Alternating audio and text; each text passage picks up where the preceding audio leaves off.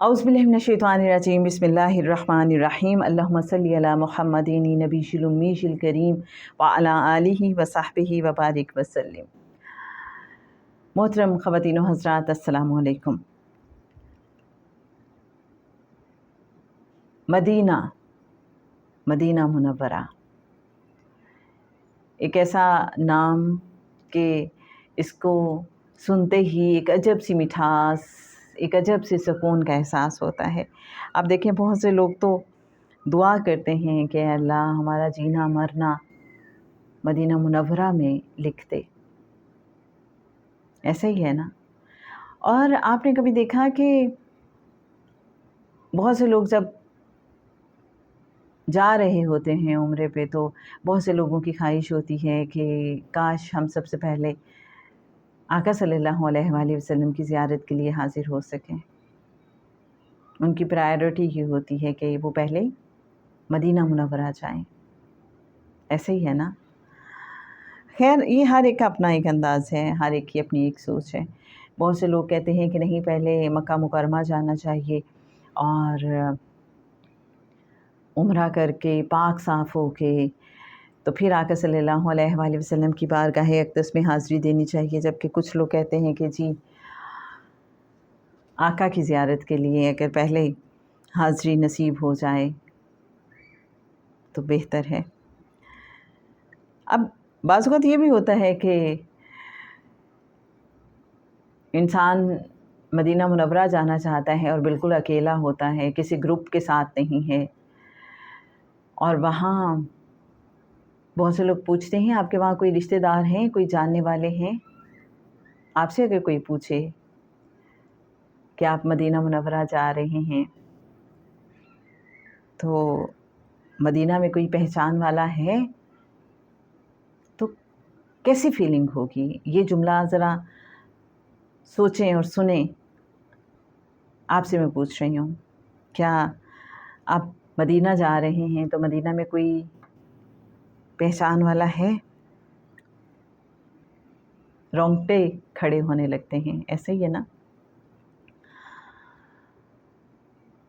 और इंसानों को एक अजीब सा एहसास होता है।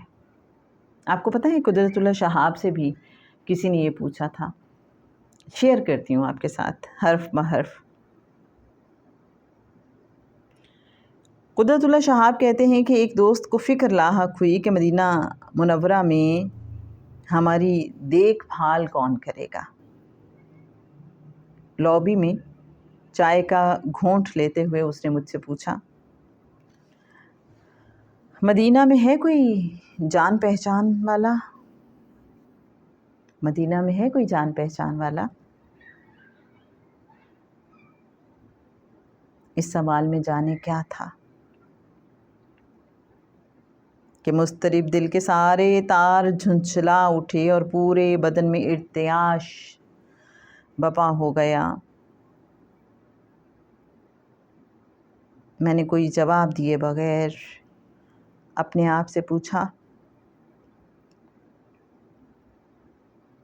मदीने में है कोई जान पहचान वाला? मदीने में है कोई जान पहचान वाला? और इस सवाल के साथ ही मेरी आंखें भर आईं। हलक में नमक सा घुलने लगा। मैंने दोस्त को बताना चाहा कि हाँ है, बहुत ही देरीना और गहरा ताल्लुक़ है उससे। वही मुझे बार बार बुलाता है, वही मेरी मेज़बानी करता है, मेरे साथ साथ रहता है, मेरे गम बांटता है और मेरे आंसू पोंछता है।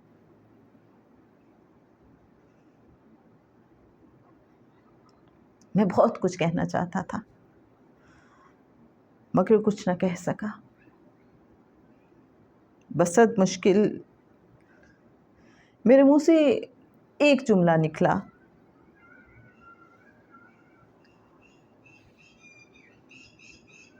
मदीने में भी بھلا کوئی اجنبی ہوتا ہے؟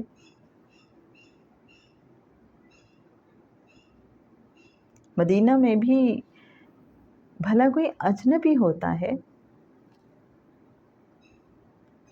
میرے دوست نے میری طرف دیکھا